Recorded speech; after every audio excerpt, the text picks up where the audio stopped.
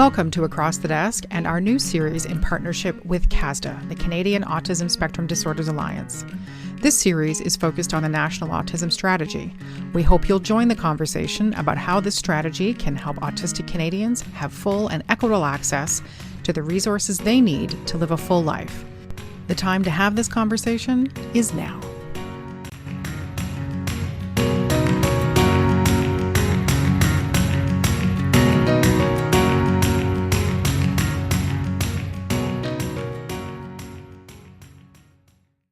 Hello and welcome to Across the Desk. My name is Elizabeth Kloof and I am the host of Across the Desk. And we're back today with our partnership podcast with CASDA. CASDA is the Canadian Autism Spectrum Disorders Alliance, which is serving to improve life for all autistic Canadians on a variety of fronts. And I am thrilled today to welcome Amy Lonsberry, all the way from Alberta. And she's woo! Yeah, there we go. It's radio. Common thing that people forget that they have to say something. Right. Okay. Yes, there we go. So welcome, Amy. Yeah. Thank you. I'm happy to be here. Thank you. Thank you for the nomination. It's nice to be liked. That's right. So I'm going to launch into Amy's bio, and then we are going to talk about what we're going to talk about. So Amy Lonsberry is a policy and privacy officer. What does MPA stand for? I have a master's in public administration. Look at you, smarty pants. I try. There you go. Amy joined the Seneve Family Foundation in 2013 and has served as both a board secretary and director of operations. As policy and privacy officer, she focuses on social policy initiatives designed to build system capacity and supporting Seneve's corporate services. A politically astute, creative thinker who loves collaborating with a diverse group on complex problems, Amy has earned a reputation as someone that gets things done. Testify. The first 10 years of Amy's career were spent building a successful retail sales and marketing career. In 2005, she shifted her career path from the for-profit sector to the not-for-profit sector by earning a master's in public administration from the University of Victoria. After completing her MPA, Amy spent several years as an associate with a healthcare consulting practice. Amy demonstrates her deep connection to her community by volunteering. She is a Red Cross volunteer and recently completed serving as a director with the Canadian Autism Spectrum Disorders Alliance. In 2005, Amy was one of 8,000 Albertans awarded the Alberta Centennial Medal, which recognized those whose achievements have benefited their fellow citizens, their community, and their province. Well, aren't you a little cup of tea and a cookie on the side? Yeah, I am. Yeah. I'll own that. I'm patting myself on the back. As you should. You know what? It was a proud day. I got a community service medal for my work in Girl Guides of Canada as a Girl Guide leader, and that's a proud day. Yeah. I like volunteering and especially at the community level where you can kind of drive past something and kind of know what your contribution to that thing was, or so. That's a good thing. That's how we met, was through CASDA at the Canadian Autism Leadership Summit, which we're going to be talking about on another podcast. I think that was back in 2018. We're in the middle of COVID, just for a timestamp. We are headed into year 2 of the pandemic. So time has become a little fluid. Yeah, at least 3 years ago. Yeah, at least. So Amy was one of the founding folks of I helped organize the first one. The Canadian Autism Leadership Summit, and then did her bit and is now working on other initiatives, which is what we're coming to today. So we're going to be talking today about something that's near and dear to most parents of autistic Canadians' hearts, which is housing.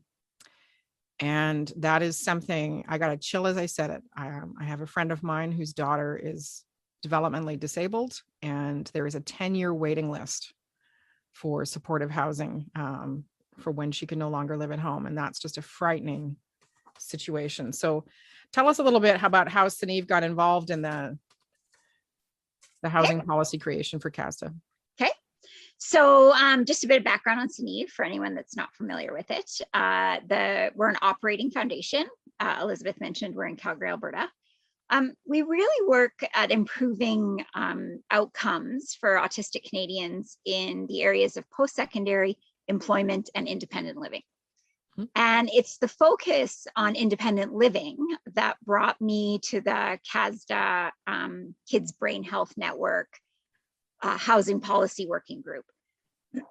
Sorry. At CNEV, we believe we have a rights-based view of housing, and we believe that every autistic person has the right to housing that's safe, affordable, accessible, and sustainable. Absolutely. And so an area of focus for us and an area we've been working in and having a bit of success. But it's such a patchwork across the country. And so CASDA and Kids Brain Health sort of looking at it from a more federal policy level was something that interested us. And so I was signed up for that working group. There were 5 working groups altogether, a research and governance, affordability and access, employment, housing, and then information or data were the 5 working groups. They worked in sort of through mid 2020, from about March, and then the policy briefs were published in October of 2020. Yeah, those are available on the CASDA website. Yep, and there's quite a diverse group of stakeholders that contributed. And I'm here really to talk about sort of what the recommendations were for that from the housing policy brief perspective. And we have talked about housing before, and Courtney Weaver came on, and I'm just having a brain melt. But it was more about, it was a little bit of lived experience as far as Courtney's experience. She is an autistic self-advocate. And then there was a parent, I'm so sorry, but I will find Perry. It was Perry Johnson. Thank you. And I don't know why, it's COVID brain. And Perry has started a fantastic initiative focused on building independent living opportunities and supporting families who are investigating that. And, you know, from Courtney's lived experience, you know, that needs to drive a lot of the conversation, because we can't make policy without the people who are going to be affected by it, which is one thing I love about CASDA. They work with the autistic community, not developing stuff without their input. So in the housing brief, this is an incredible document, and I'm just going to share a couple of statistics that have been shared through this. Many autistic adults do not have sufficient income through employment or social assistance to live independently. Data from the Canada Mortgage and Housing Corporation shows Canadians with disabilities are 60% more likely to be living in core housing need than people without disabilities. Ay, ay, ay. Core housing need refers to housing that fails to meet at least one of the adequacy, affordability, or suitability standards and costs a household more than 30% of its before-tax income. People with disabilities living in homes they own are 1/5 as likely to be in core housing need than those who rent. And while home ownership may be a possibility for a minority, it is financially out of reach for most autistic Canadians, which is frightening. The median income for autistic Canadians is just $9,675. Even with disability programs, these individuals are almost guaranteed to be living at or below the poverty line. We've got more statistics on that. National Housing Strategy established the Canada Housing Benefit, a $4 billion investment starting in 2020, providing approximately $2,500 per year to up to 300,000 recipient households. Sorry, I keep getting notifications and it just wants to keep making chimey noises. From a personal perspective, I've worked with the Autism Job Club here in Burlington for about 4 years, and we had one member in particular who's an autistic self-advocate and artistic entrepreneur. So making, you know, money and what have you, but also having to depend on support. And I can't tell you the number of times they had to do last minute moves because they were living in these hovel apartments infested with bed bugs, and you have to get out. And then where do you go? Like, how do you find affordable housing? We all know how hard it is to find housing on a good day, never mind in a crisis reaction situation. So can you take us through, Amy, a little bit of what ended up happening through the brief and the recommendations it ended up with? Yeah, I'm just going to add a couple other to just sort of fill out the frame. So 60% of autistic adults live with their families. This number, you know, it's thousands and thousands of autistic Canadians that either want to or at some point due to family circumstances need to move out of their family home. Yep. And it's, I know that, often the conversation revolves, or you'll often hear it's framed around the parent of a high needs child. Mm-hmm. And there's, that is a lots reality. of those out there. Yep. But, it's also just a lot of mid-20 somethings need little mid sort of level support. 74% of autistic Canadians in a survey indicated that they need help with at least one everyday activity. Yep. But few receive funding for supports. In Alberta, about 14% of the people that CNEV works with receives specific government funding for support. So that leaves us meeting with a lot of people that want to move out, don't really have the income, not sure what support they need. Yeah. Because they've never lived by themselves before. Often, parents have sort of one idea, and a 20-something has a very different idea. What and that's across all Canadians. That's right. Yeah. Is it really necessary that you know how to make your bed to move out? No, it's not. It's not a safety thing to know how to make your bed. So really sort of drilling down on what the support needs are across a spectrum was something that the housing committee had to wrap their heads around, and how do you make concrete suggestions that fit a spectrum. There's a limited number of options for people with developmental disabilities. And I think that there's a number of factors that sort of contribute to that.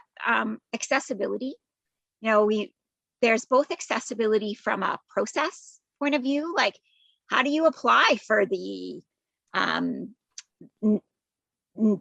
housing subsidy, the $2,500 that's been set aside. What list do you have to be on first before you can get on that list? And there's always a list that you have to be on before you can get to another. You need this benefit before you can get that benefit. So the processes aren't accessible. And then there's the sensory accessibility factors. Is it a quiet building? Is it a really loud building? Is it in a safe neighborhood? That's where we usually find folks can find affordable housing is in the unsafe neighborhoods, which as a parent, you're like, no. Let me help you with that. And one of the things we have found at CNEV is lots of families do end up having to step in if they have, if they're, and every parent refers to their child as their child, like regardless of if they're 30 or, if a parent is helping a child, even in affordable housing, we find lots of families have to backfill the rent. When you look at something like a less than $10,000 a year annual income, divide that by 12, if 30% of that should go to rent, you're looking at rents around $250 a month. It doesn't happen. No, it doesn't happen. And so, depending on where you live, like affordable housing, rents are $700, then up to the near market rents. Come to Burlington, you're looking at $1,200 or more. Right. So that's one of just how do you even talk about, like, from a housing, the housing committee, that was one of the other things that we ran across was from jurisdiction to jurisdiction, the way they define something like affordable housing is different. Yes. And so how do you, if you're a 20-something who's going to start looking and, you've looked at Rent Faster and you can't afford theirs and someone suggests, well, maybe you could qualify for affordable housing. Where do you start looking? Like how do you get on those lists? And so then you phone somebody and you say, well, I think I need affordable housing. And they get social assistance and they have a job. And so their income's around $35,000 a year. And someone says, well, you don't qualify for affordable housing. And the You make too autistic much person, money. super literal, hangs up and goes, oh, okay, thanks. But they qualify for near market housing or for some other. So I think that, as this file sort of continues to move forward, one of the things that CASDA and autism organizations and autistic Canadians could do is really start coming up with a common way of talking about these things, common definitions for Common language. Yeah. Right. For what it means to us for something to be affordable. No, I think that's, because if you look at Ontario versus PEI versus BC versus whatever, I mean, the housing market in BC is just as mental as it is here in Ontario right now. And that bust will happen where, right now there's houses in our area who 2 years ago, we sold my mom's townhouse 2 years ago for just over $400,000. And townhouses in the exact same complex 2 years later are going for close to double that because of this current housing boom that so more and more renters will get priced out of the market. My kids are looking at us. They're, my son's 23, daughter's just about to be 22. My son's on the spectrum and he's looking at us and he's like, I'm never going to be able to afford to live near you. I'm like, I can't afford to live near me. Never mind you.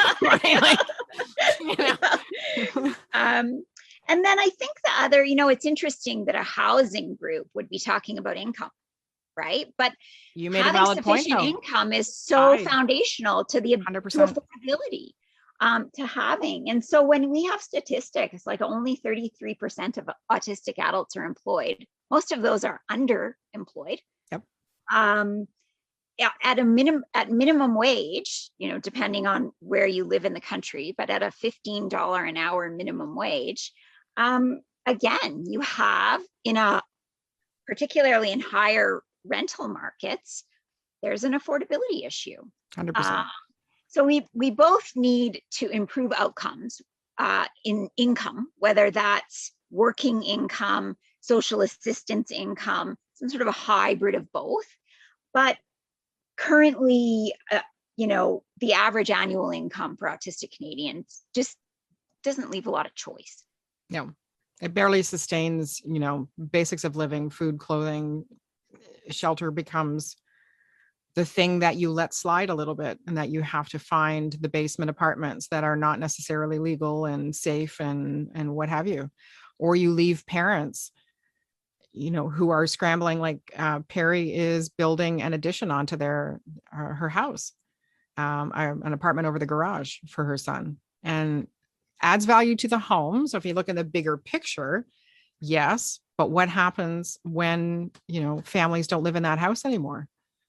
What happens when the parents no longer are around, which is the reality? So either a sibling, inherits the autistic person, and then what do you do? And really, like, the carriage house isn't an option for some. And I think that's the other, it's always those policy issues that there's no single silver bullet for. Yep, never will be.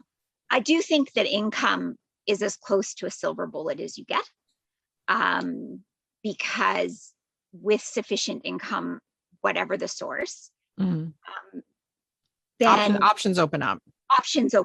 And right now we just don't have enough people with enough income, that we're going to see housing on any sort of substantive scale. There are other things that we need to address, but I think that's a big one. I just wanted to make the point that, Amy's coming to us from Alberta, but this is a Canada-wide issue. And this is one of the things with this CASDA podcast is these are Canada-wide issues. This is not an issue solely out in Alberta. It's not an issue in a single province. This is a cross Canada, all Canadian touching situation. So keep that in mind when we're having this conversation. This is not a single province representing these statistics. This is Canada-wide. So can you tell us a little bit about how the working group came to be? Like, what was the genesis for this and how long it operated, who was involved? Okay, so it was a partnership between CASDA and Kids Brain Health Network. Was about 7 months, sort of from March to April That's 2020. We met as a housing working group 8 times, I think. The first thing, housing policy, again, is a really complex area because it hits on all levels of government. Yes. So there's a national housing strategy, a federal commitment, federal funding, federal programs. Affordable housing is often legislated, managed, potentially a funding match at the provincial level. But a lot of affordable housing is actually owned by the municipality. Yep. And there's a big, right? There's a big municipal contribution and component, whether it's in land or funding or as the manager of those affordable housing. And so when you're writing a policy brief, we had to make, CASDA is working on a national autism strategy. CASDA is working with the federal government.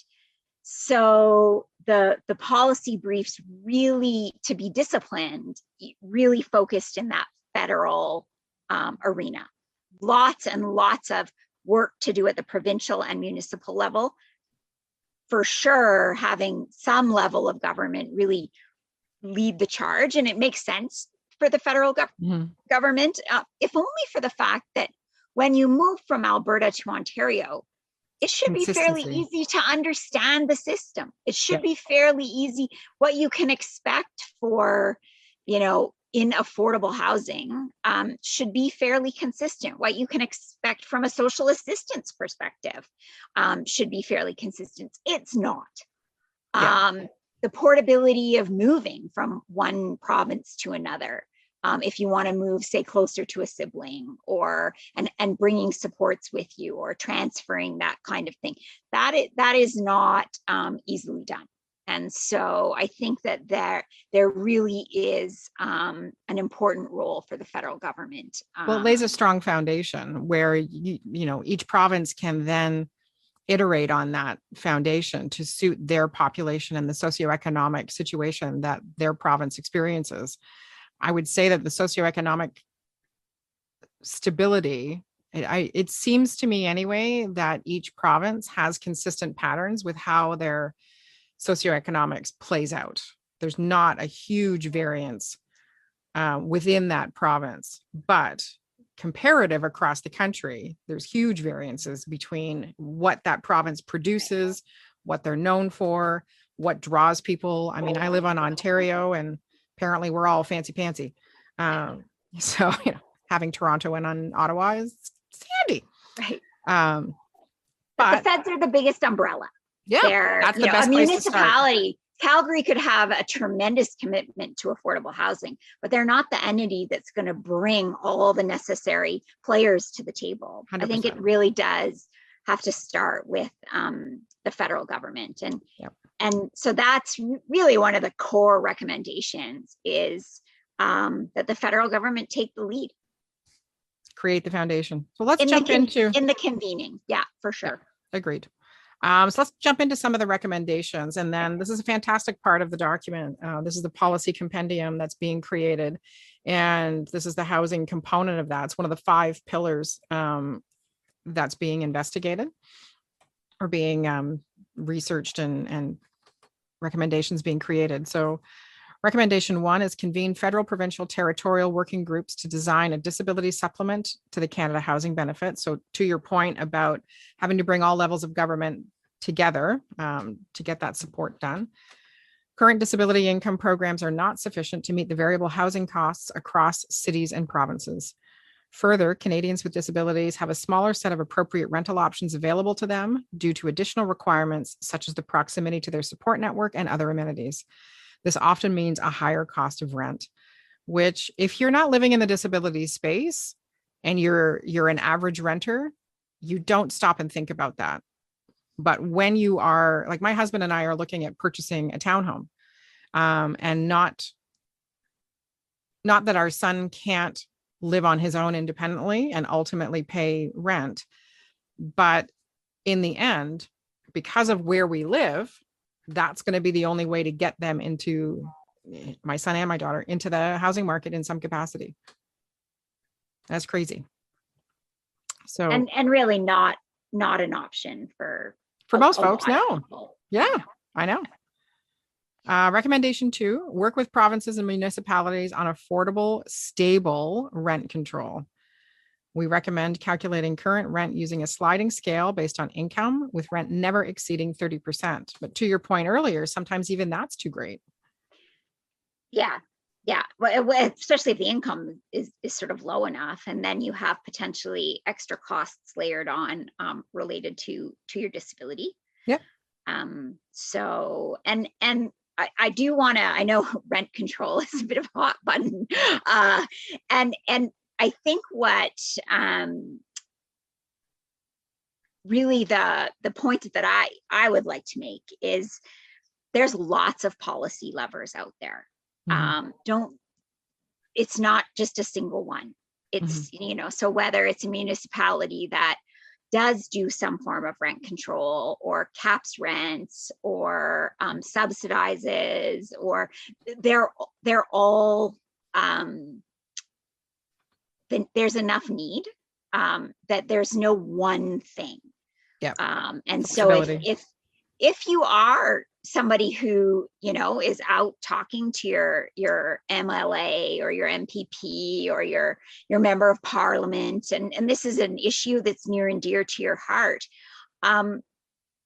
sometimes those kind of hot button, we need rent control, and we're not advocating for a single exact thing.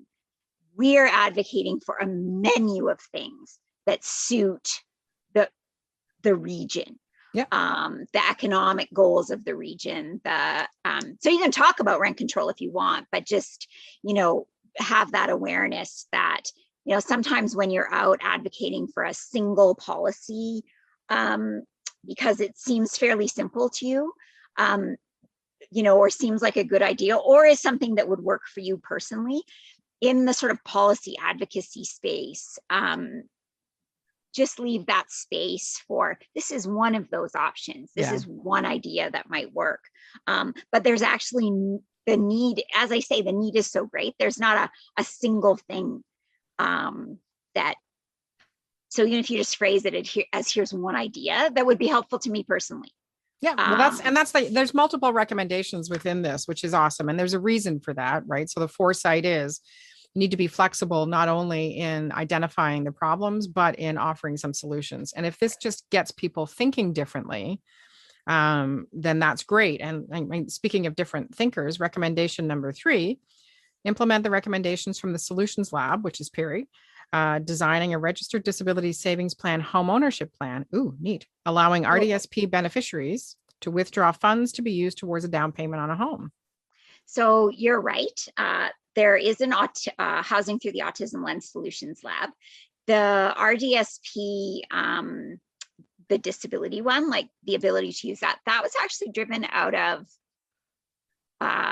they just changed their name. They used to be Inclusion Canada. I think they're Accessible Canada now. And looking at the wrong person on that one. So CACL, Canadian Association of Community Living, maybe they're Inclusion Canada now. But anyway, it's the intellectual disability community. CASDA has a partnership with them in Ready, Willing, and Able, which is on the employment side. But they have been working on that they've been advocating for that for a long time. And one of the comments I most vividly remember from this housing, from the CASDA Kids Brain Health Housing Working Group was, there was a gentleman on the housing working group that really was attached to this idea. Like he wants to use RDSPs as a down payment. And when he heard that Inclusion Canada has been working on this for over a decade, that policy recommendation has been around for a long time. His comment was like, like, what's taking so long? Like, why Valid. can't we even get the low hanging fruit? The fairly easy, we can't get that across the line.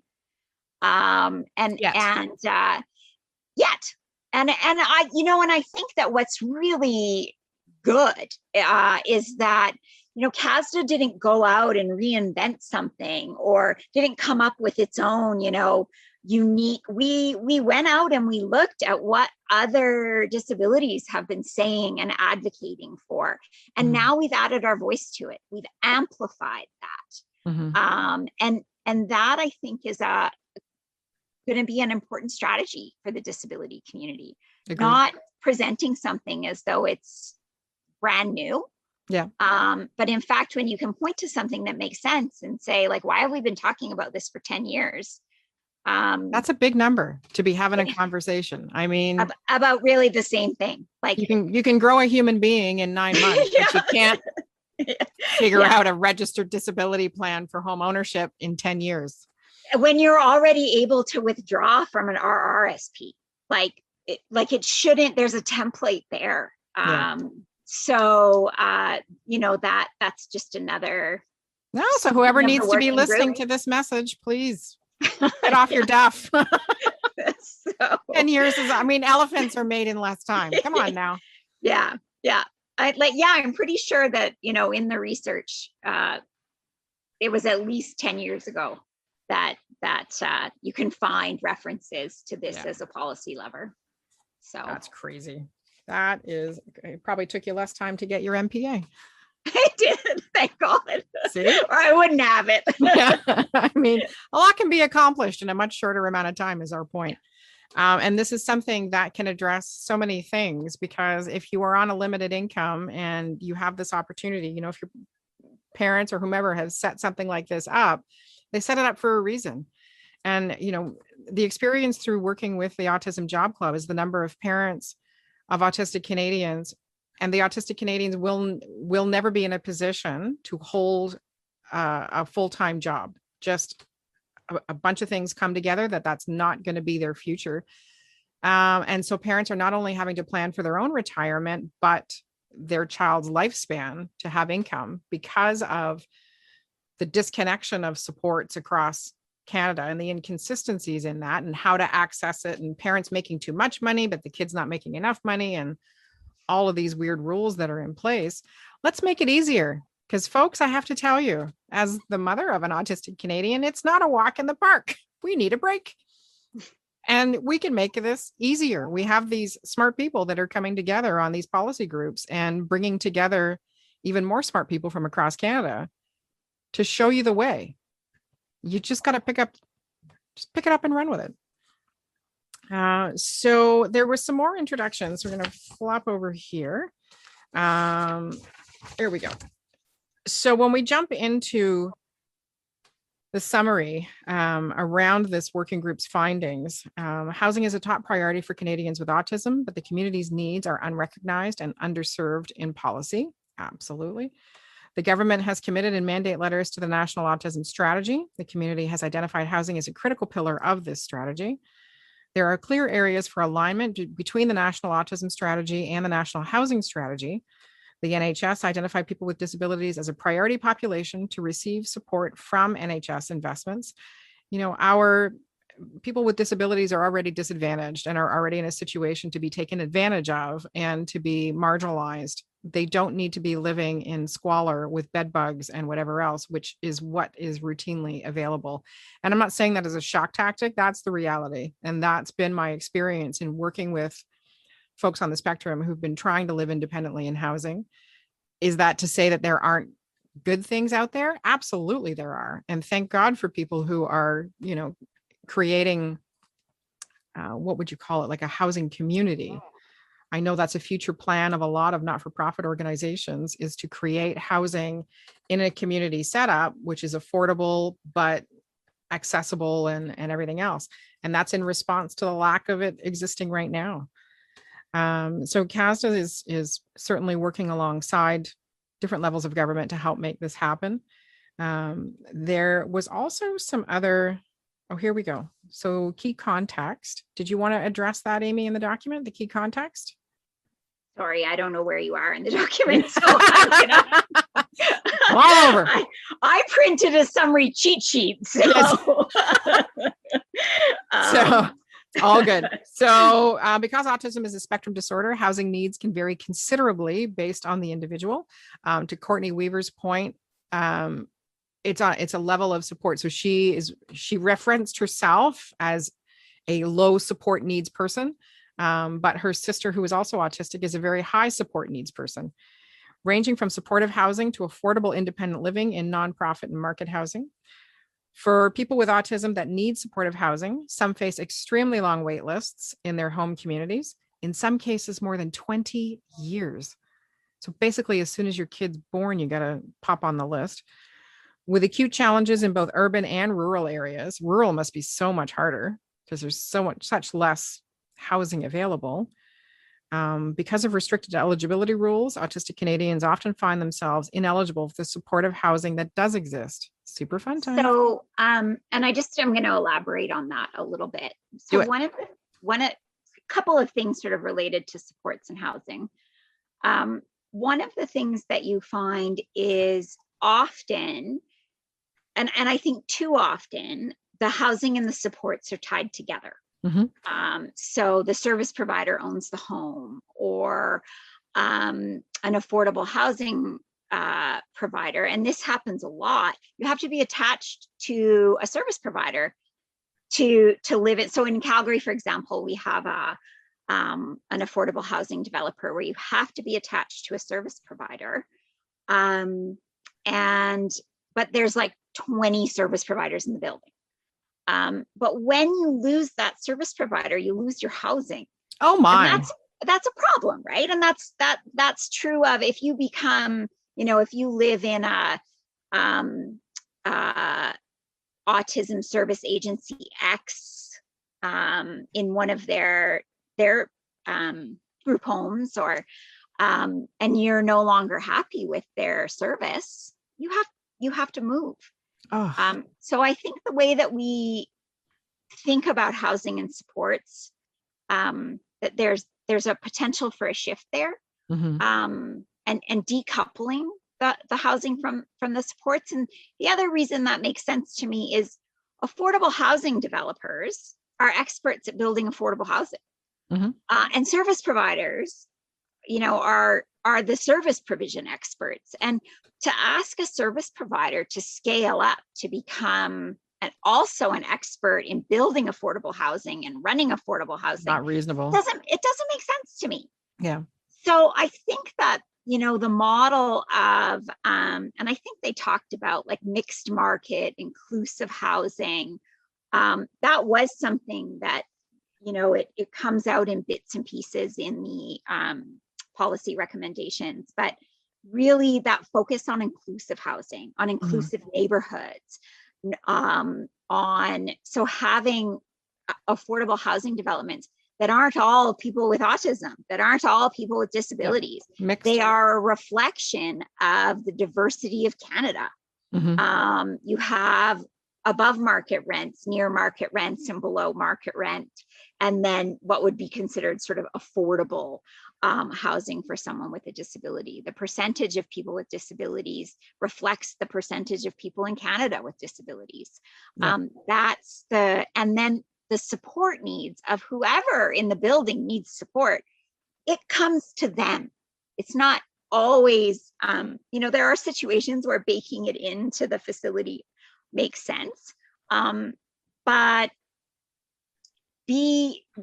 recognize that there's a spectrum of both housing and support, and they don't necessarily need to be tied together. In fact, they shouldn't always be tied together. And they don't have to coexist in the same space either. And there are existing housing models. I drive around Burlington, and it's my weird little thing, but I'm always checking out what a housing development looks like. So for an example, I have one of my big audacious hairy goals is to buy like a 10-story or less apartment, small apartment building, and turn it into an affordable housing model. Likewise, there is a housing complex down the road from me. And the way the townhouse units are built, they're built in a quad formation. So rather than four in a horizontal line, they're actually four in a square. And we had the opportunity to go and visit. We were doing something, and I'm looking at this model, and I was like, okay, this is really cool, because you then have this existing model. Plans are already available. You know how to build it. It's feasible. It fits. It works with a smaller land space. And you can have a situation where one quad, maybe one of the units, you have support staff living in or operating out of, and then the other three, depending on the needs of the people. But then the next unit is all completely independent, and there's no needs office in that quad at all. And then the next one is for anybody who wants to live there. We're not asking people to invent something brand new to solve this issue. There are existing housing models that just need to be repurposed so that they can be used effectively and created economically to allow for this development. And, and I think the other, so, at SNEV, we call, when we've worked with affordable housing providers, we call them micro collaborations. And we're on our third micro collaboration, and it's really helping an affordable housing developer sort of understand that there's lots of need in the autism community. It is when we first, and this is like years long conversations and relationships, but one of the, through the conversations, when we learned that there was an affordable housing provider and they were building this new space and they were going to have units, but you needed to be attached to a service provider. Well, that was where SNEF could come in. We're not a service provider in that sense, but we were able to connect with other autistic service providers and say, listen, can you offer, what is the sort of skinniest support package that you could offer so that we can attach these people to a service provider and get them into this new affordable housing development. And it was a very skinny support package. It was some text and telephone check-ins and a monthly social event, and which is perfect. It was $45. So for those clients who were on social assistance, it was a manageable amount. Because there were a few that moved into the building, there was a bit of scale there for the service provider, but something like a 4 unit with service, 1 unit for service support, that's economically quite expensive. We have another service provider who, we're looking at like a 4-bedroom unit, and two, it would be sort of 2 workers and the workers qualify for affordable housing, right? So they're right, there's I think there's lots of potential out there. I agree. But it's really about starting to build those relationships of service providers and affordable housing builders and tenant organizations and landlord organizations. If this is a priority and a pillar, and that is one of the recommendations that's in the brief, is to build that supply, how do you facilitate those connections between affordable housing developers and service agencies? And how does the federal government help take the lead on that? And I think there are ways that they can do that. I think there are grants that they could give for, relationship building, or for a mini conference, or for I think that's you've got, but you hit the nail on the head right there, is that, so not so much the mini conference, but that learning and teaching opportunity, right? Right. So that's why we're having this conversation, is because I would say that a lot of people aren't aware that there is a housing crisis for people on the spectrum, and that there's a lot of assumptions about parental capability to continue supporting that autistic Canadian well beyond what a neurotypical family would normally do, and not understanding the burden that that creates. And from an affordable housing builder's perspective, or if somebody's looking to get into that space, there may be a lot of myths and misconceptions around what that means that could preclude them from participating. And education is always a way to do away with myths, right? It's always a way to create conversation. I want to turn what you said a little bit on its head, Elizabeth, because Okay. well, you talked about the burden on families and I really think that what we should be talking about is that there are a large number of Canadians in their 20s and 30s that are living at home with their parents that have a right to an independent life. Absolutely. Oh, I mean, financial burden, not that they are the burden, no, but that there's just too many barriers, to agreed. to their independence, and that we have an obligation to just do better there. Yep.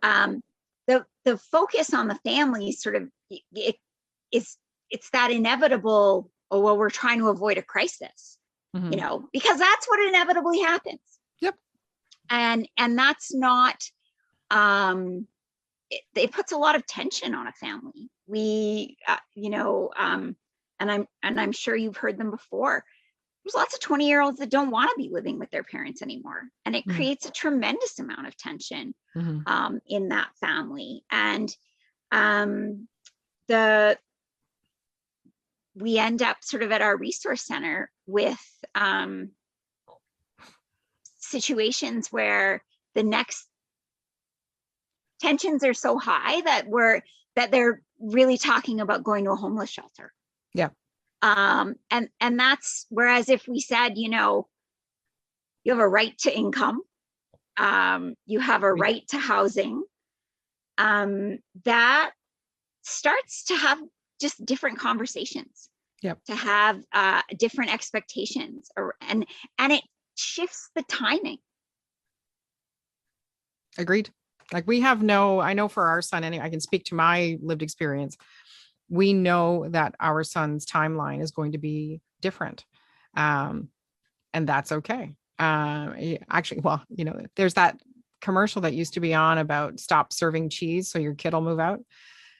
So my husband jokes, if we stop serving cheese, maybe they'll be more happy about leaving, because neither of them seem particularly enthused about. But when you're watching the news and you see housing prices and apartment prices and income not going up accordingly, then as a 20-something, that's a rather daunting thing to navigate. So I can understand, the reluctance. The reality out of this policy brief here, under one of the key contacts, the reality of what Amy's saying with those tensions and people wanting to move out and whatever, the Ontario Ombudsman has pointed to the consequences of these gaps between income and housing. Autistics with high needs ending up in unacceptable situations, including psychiatric hospitals, nursing homes, shelters, and jails. Yeah. And, to Amy's original point, that part of this needs to be addressed through increased employment and access to income. Part of it needs to be addressed through what is affordable housing and what does that look like for each province, and what are the different formulas. It's thinking outside the box. We can't continue on the same path we're on because it's not working. It's not solving the problems. No, and something you said made me think of something else. So at Sneed, we just released a Thinking About Moving guide, where we've kind of really tried to boil down into step by step some of the things we've learned working with 20-something autistics who are getting ready to move out. Yeah. So it can be found on SNEEF's website. SNEEFfoundation.org. Yep, SNEEFfoundation.org. But just so that we're sort of normalizing the runway, more than 1 in 3 Canadians aged 20 to 34 live with at least one parent. So it's not just. Are you telling me my kids are going to be here for another 10 years? That was not nice, Amy. To tell you that my husband jokes now. He's like, we'll move and we'll give them the house. I'm like, valid. That is valid. So, but I think one of the trends you're finding is that for all, like, in very much contributed to by the rising cost of housing and rents, low incomes, COVID, which is going to put lots of people financially behind the 8 ball. Yeah. That runway of staying at home just got a little longer. It is longer, and it's a third of Canadians over 20. You just bummed me out, man. I'm sorry. That isn't my intention. But what I do want to say is, it's a tremendous window to figure out what you want and to start thinking about what you want in a really sort of low pressure way. One of the wiser long-term decision making versus reactive. Start saving your rent. If you, regardless of what your income is, if we started that with our kids who wants to move out, save 30% of your income. Start socking it away. That provides a cushion for you. Start thinking about what a budget is. If you want a pet when you move out, start covering the costs of your pet right now. At a minimum, find out what the vet bills are in a year. Like, there's so many ways to leverage that longer runway. I think there's lots of of things you can do. So anyway, no, you just got me thinking, because I get off track? No, not at all. Nothing to do with that. No, it absolutely does, because, and this is how I'll tie it in that I think a lot of Canadians assume that autistic Canadians or other Canadians with disabilities, that moving out isn't an option for them. So what's the big deal? There's that assumption when you hear that somebody has a disability, that blanket stereotypical statement, well, they're going to be living at home anyway. So what's the big deal? They have a disability. Why would they want to live on their own? And there's that misunderstanding and misconception that moving out isn't a thing for somebody with autism, when in fact, it absolutely is doable and viable. And it is something that is wanted by autistic Canadians. And I would say more than that. So BC Community Living did a really good survey of housing and people with disabilities. And one of the things they found is that the number of people that wish to live independently, like by themselves, not with a supported roommate, not in a group home, or that number is going up every year. And with, depending on the spectrum, that should be an option. It should be. And it should be an expectation. So anyway, I don't know where I was going with that, but no, but that's what you got me. So no, that was totally on track. And I think it's disabusing the notion that people with autism don't have the ability to live independently. And there is a common misconception. I'll rephrase that. There are common misconceptions around autism that influence this conversation. And it's that we're back to that education conversation piece, where it's made really clear that this is a life goal, that this is something we need to work on, because we have a significant amount of the autism community who want to attain that goal and should, and are capable of doing that. It's a right. It's a right. And I worked my tushy off when my son was little to make sure that he was proficient in his activities of daily living. So I don't want that to go to waste. My kid can do his own grocery shopping, his own laundry, vacuum, empty the dishwasher, walk the dog, take out the garbage, take out the recycling. He's like my little slave labor. It's great. I'm kidding. That's going to spark somebody off, but he does everything that he should and could be doing regardless of his diagnosis. So he's his own thing. You mentioned earlier that there may be one area. His is banking, which I think a lot of young Canadians are not awesome with budgeting and saving and all the rest of it. So that's just a skill set we need to continue to grow with him.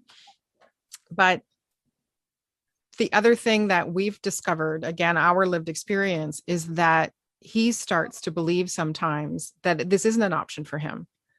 And he gets into this mindset from, I'm not sure what exposure, that living independently is never going to be for him. And I'm not sure where that comes from, because we've never said that. It's always been when you move out. And not that we don't want you and not that we don't love you, but that's your right. Your right is to move out if and when you want to. And he wants a home and a family and everything else of his own. So it's nice to know that he has that confidence on some level, that he can do that, which I firmly believe he can. It just learn to vacuum your room a little more. That's my only, situation. But he doesn't, like you said before, you don't need to know how to make your bed to move out. No, you don't need to know how to cook. You can start with prepared meals and, move Work up from there. And I think that there's, we're getting off track from the NAS here, but National Autism Strategy and the no, it all comes together because it's that conversation to make it happen. There's all these readiness checklists. Am I ready? Am I ready? Am I ready? And there's no single thing that points to readiness. There's no and even that, I think, you're talking about sort of like education. And I think that if you feel emotionally prepared and you can, who's ever ready to live on their own the first time? Like, so I think demystifying it a little bit and making it just a part of the trajectory that is like taken for granted. I take for granted the fact that someday my kids will move out. Well, apparently not at this point. You're saying they're going to be here for like another 10 years. Well, at some point, between 20 and 34, I'm going to fingers crossed them. Yeah. But I think back to your thing though, is that readiness, that checklist, a part of that checklist and a part of that readiness is a policy that begins at the federal level, trickles down to the provincial level, and supports changes in the regional and municipal level, so that this expectation, this right to affordable housing and an independent life is more than just a conversation around the kitchen table. That people have your back in creating policy and supports to make that conversation a reality. And there are enough barriers facing the autism community when it comes to employment and accessibility and other things that this shouldn't be one of them. In this day and age, there are enough resources and opportunities. We have learned enough lessons. We are in the third or fourth generation of autistic Canadians who are entering the workforce and living independently. We need to be listening to these lived experiences, and we need to be learning from them and not continuing to make the same mistakes that we have since the first generation, which was in the 1950s. Like, come on, folks. We have learned how capable people on the autism spectrum are. We have learned that a lot of the myths and misconceptions that first came out in 1948 when autism became a thing are untrue. We have an incredibly talented, creative, responsible, smart individuals who have every right to pursue whatever their future life looks like. And we need to get out of the way and stop talking for 10 years about a disability, registered disability plan. 10 years. I grew 2 human beings in less time. Come on now. We know more. We can do better on this, and we can make those conversations transition into action. And that ties into our surreptitiously, that ties into our last little bit here, which is opportunities for action under this policy is over the long term, much more significant policies and investments are needed to expand the housing options available to Canadians with autism.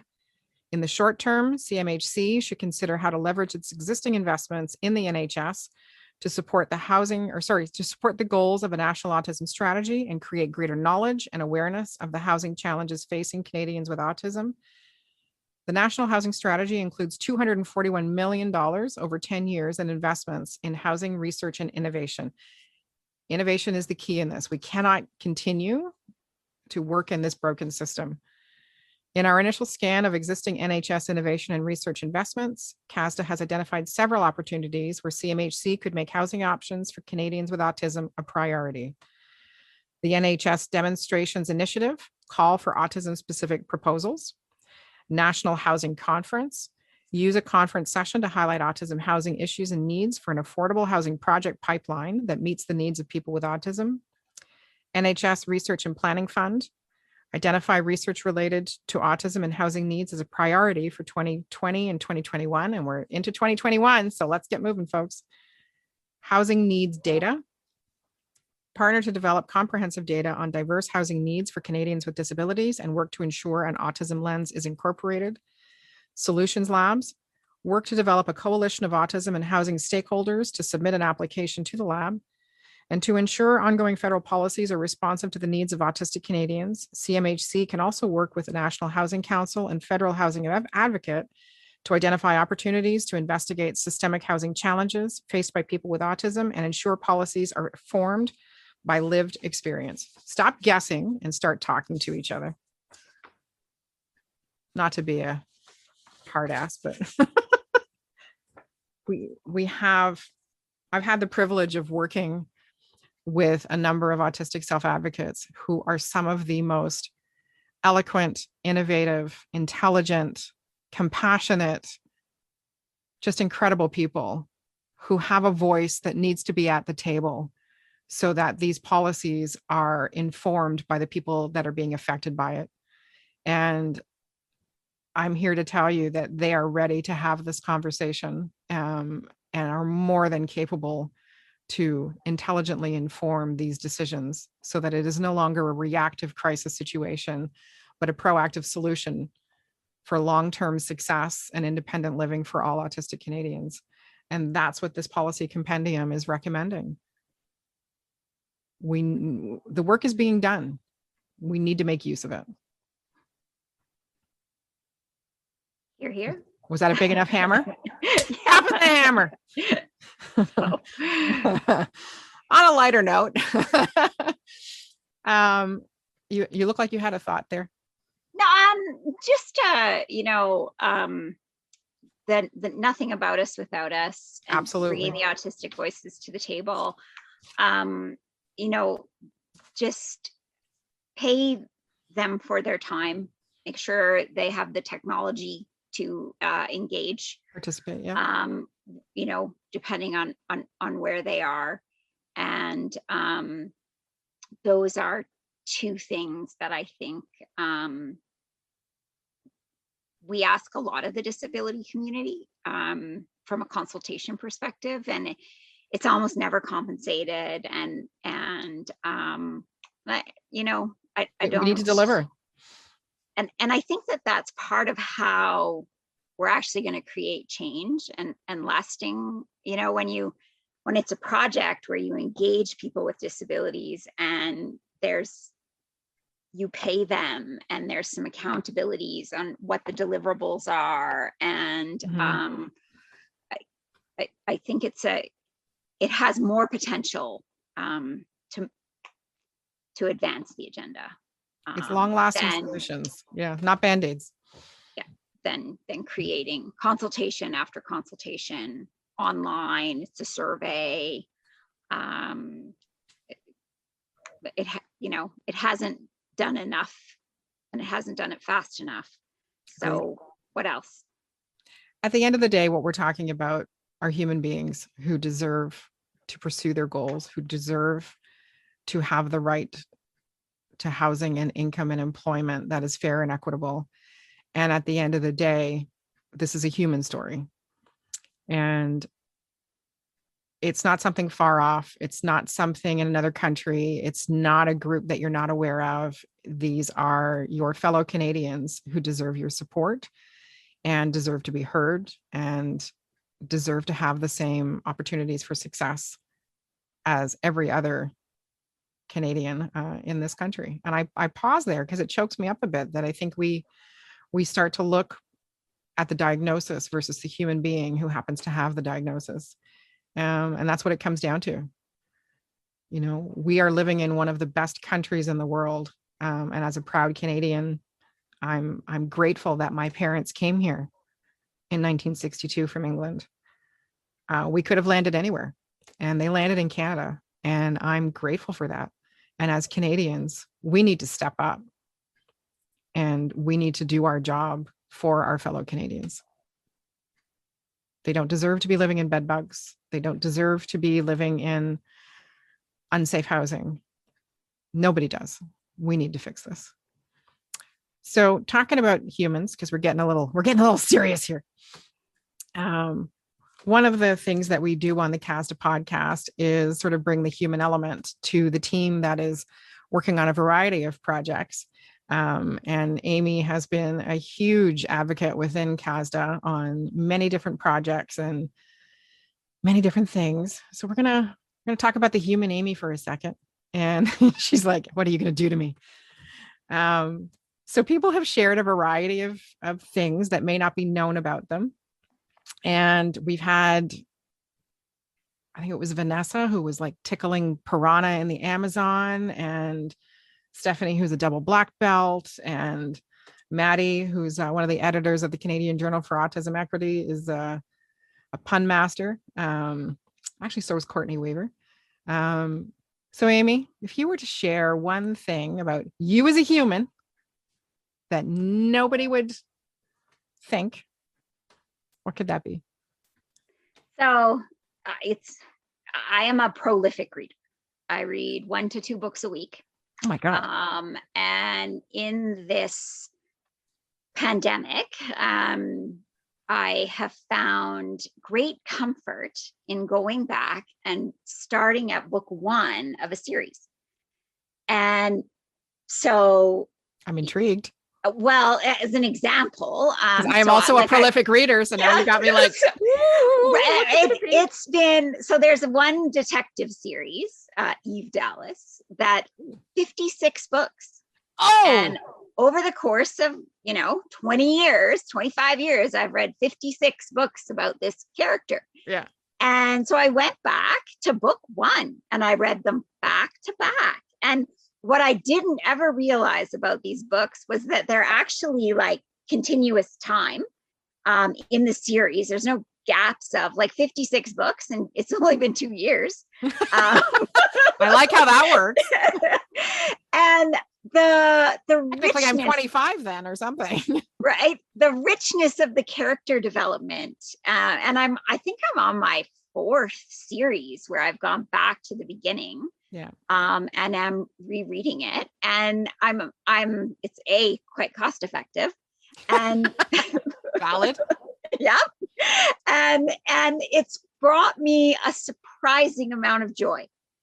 And I think it's a little just that it's comfortable and it's a bit familiar, and I'm reappreciating these old stories in a new way. And so I don't know that, it's not a double black belt in karate for sure. Everybody has their own superpower. It's really boring. Oh, no. I do that all the time. So it is, in fact, one of the things in this last year and a half that has brought me quite a bit of joy. And so I thought that for the other prolific readers out there, if there's a favorite series, start at book 1 again. Well, it's interesting because I'm involved in 2 book clubs, and not with who you'd think. So the first one is with my nephew out in BC, and my sister-in-law started it when COVID hit because David's academic requirements, goes to a private school, involved him reading more books, and they were having a bit of a struggle. So we've now been meeting for a year and a half. We have read, my God, we've read everything from, what was the first book? So I'm going to have a moment now. We read these really interesting teen-based or kid-based mystery books. Like they're all kid-based. The only one, actually, I was really surprised. We read Jack London's Call of the Wild. which I've never read. So Yeah. I was like super excited about that. We've read A Whale in Paris. We've read Burgess the Frog. It's been all kinds of different ones. And now we're reading the Narnia Adventures, which I have never read. Oh, right? I think they're beautiful stories. The They Lion, the Witch, and are. Wardrobe. And yeah. So we're now on the fourth book, I want to say. But what's been neat is to see David reading them. But we get on every week, and it's my sister-in-law and her parents and her aunt, and one of her cousins, I believe, Sam.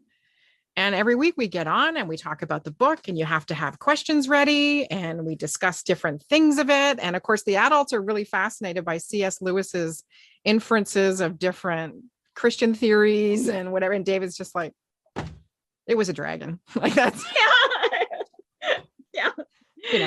Yeah. He has some great insight. Actually, surprised he's 10 and he comes out with some really interesting perspectives that we're like, oh, look at that.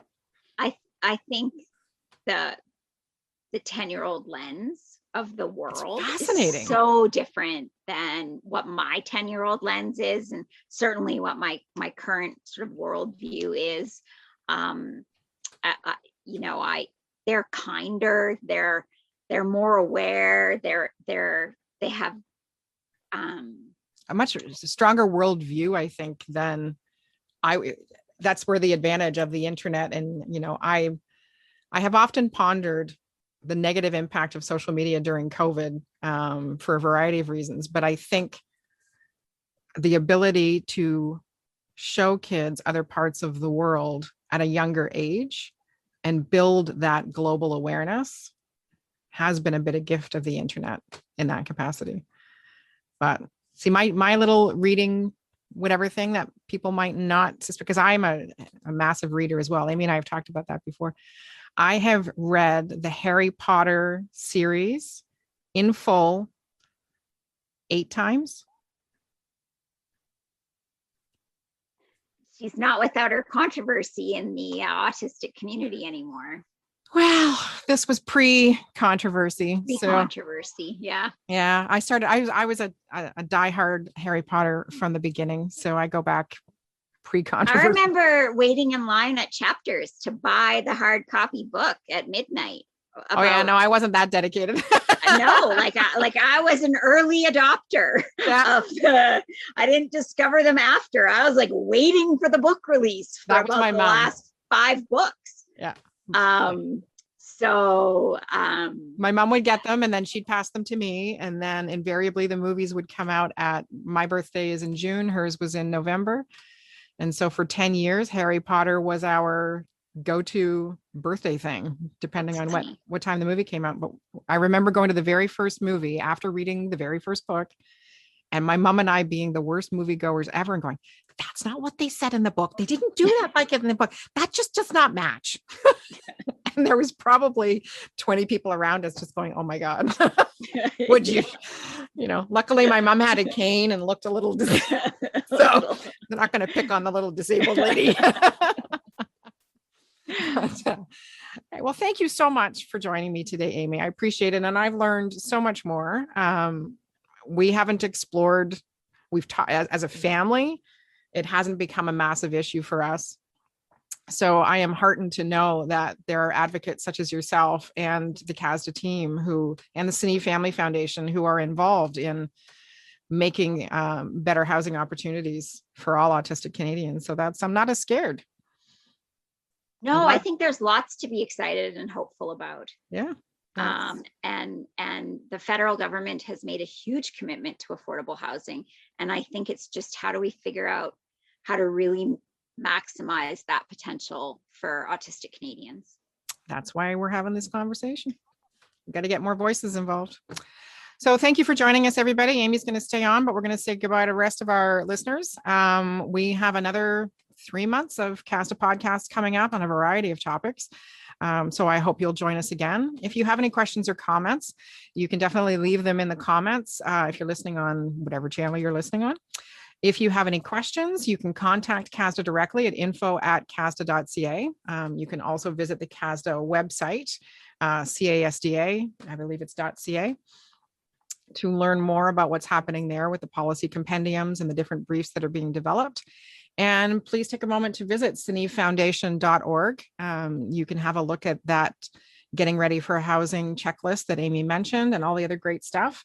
I've had the privilege of visiting the Ability Hub out in Calgary and meeting the CNEV team, and they are an incredibly dedicated group of individuals who partner and collaborate in such a positive way to make a real difference in the lives of autistic Canadians. So gives me hope.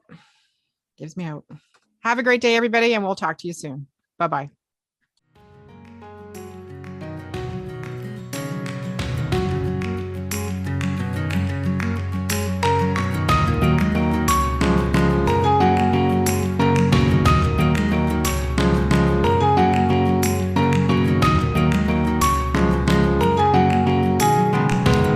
Thank you for joining the conversation about the National Autism Strategy.